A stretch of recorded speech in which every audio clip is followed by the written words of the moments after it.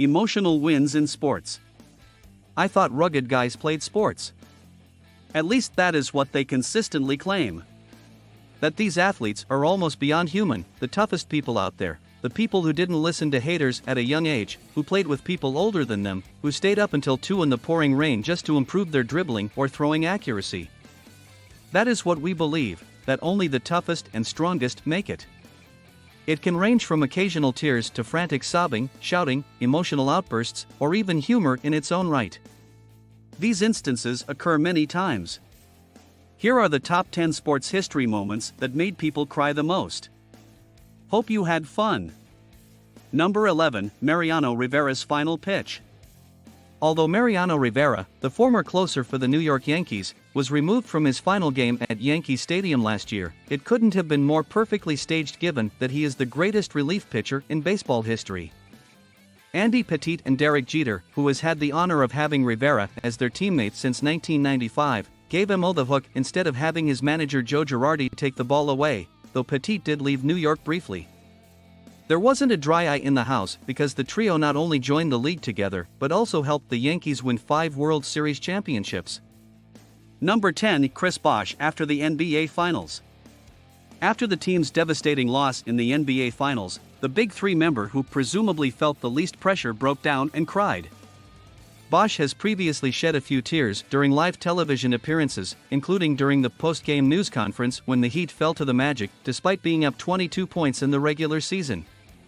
Although I can't see the tears in the video, it was the best camera they had on him. Number 9, Terrell Owens supporting Romo. The Dallas Cowboys suffered a devastating playoff loss a few years back. Many journalists attributed their defeat to Romo's focus or lack thereof on the contest. When Terrell Owens was interviewed after the game, they casually brought up this subject. Terrell, who often expresses his disapproval of his quarterbacks in a rather direct manner and has engaged in far too many altercations with his teammates, evidently experienced a change of heart. He became quite upset and repeatedly said that they had failed as a team and that it was wrong that Tony had been given the blame alone, as you can see in the video. Considering the perception that most of his admirers had of him, seeing him cry was rather unexpected. Number 8, Adam Morrison cries. When UCLA suddenly staged one of the greatest comebacks in college basketball history, spearheaded by Collins, Farmar, and Collison, Gonzaga held a 22-point lead in the game. I was cheering for UCLA the entire time since it was a fantastic game to witness live.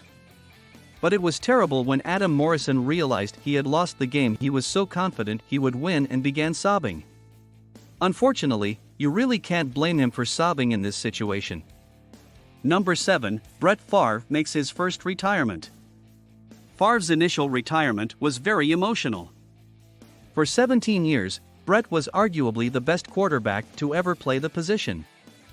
And for the younger generation, this was before he gained the ire of many football fans. At the time, he was regarded as a hero and was closely associated with the term Packer. The occasion may not appear as spectacular now, but it had a great deal of significance at the time. Number 6, World Series of 2001 P. O'Neill. Whatever you may think of the New York Yankees and their supporters, one thing that they have demonstrated over the years is respect for the game.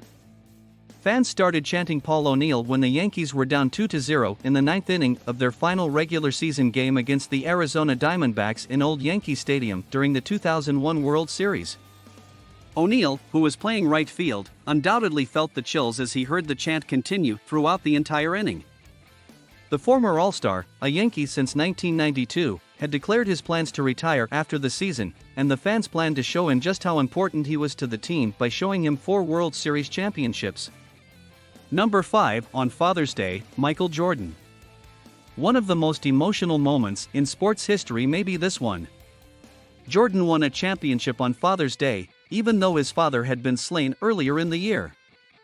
Following the passing of his father a few months after winning his 3rd consecutive NBA championship in 1993, Michael Jordan made the life-altering choice to retire from basketball and turn to baseball. Jordan has acknowledged that the time away from basketball helped him fall back in love with the sport, persuading him to return in 1995 even though he didn't succeed on the baseball diamond. On Father's Day the following year, MJ completed his comeback in full by winning the fourth NBA title of his career and the first game of his second three-peat with the Chicago Bulls. Mike has every right to cry in such a poignant and terrible situation. He and his father had a very strong relationship, so this must have been quite difficult for him. Number 4, KG becomes emotional during the interview. This was back when Garnett was just a dedicated worker and tried his hardest every day to improve. I now know that he is a notoriously dishonest athlete who goes too far with his trash saying. Even with his game at its best, Garnett just couldn't win or even make the NBA Finals back in the day because he wasn't gifted with excellent teammates. In the NBA Finals, it was clear that all he wanted was to win. Number 3, Eric LeGrand leads team onto field. Even before the Rutgers football team is even seen on camera, the scream of the crowd is enough to make anyone cry, so it is difficult to control one's emotions.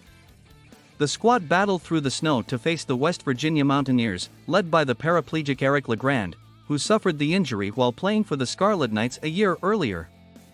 LeGrand continues to defy doctors' predictions, recently receiving his Rutgers degree and, yes, even being taught to walk once more, in addition to breathing without a ventilator. Number 2, Derek Redmond receives father's assistance. The British sprinter Derek Redmond, who was favored to win the gold medal in the 400-meter sprint at the 1992 Olympic Games in Barcelona, hurt himself during the semi-finals heat. Redmond was determined not to give up and hoped to cross the finish line while squinting and limping in discomfort. Unexpectedly, Derek Redmond's father, Jim Redmond, embraced the Olympian on the track and helped him go toward the finish line. Even though he may have come in last, it was still among the most moving Olympic moments ever. Number 1, Ray Bourque wins a Stanley Cup. Ray Bourque is widely regarded as one of the greatest hockey players of all time and is most known for his 21 seasons with the Boston Bruins. He also proved to be the ideal team leader. But during his time in Boston, one thing had consistently eluded Bourque: a Stanley Cup. The Bees' top brass moved its former star to the Colorado Avalanche in 2000, one of the classiest decisions ever made by a front office, giving him a chance to win the Lord Stanley's Cup. A few months later, the Dallas Stars defeated the AVS in 7 games, but Bourque was determined to win hockey's top prize and joined the AVS for another season in 2001. After his team won the Stanley Cup Finals, Bourque accomplished a lifelong dream by holding the trophy above his head as his teammates carried him onto their shoulders to thunderous applause from the crowd. An emotional occasion. So here is the end of this video. Do feel it interesting? Give your feedback in our comments section and subscribe to our YouTube channel.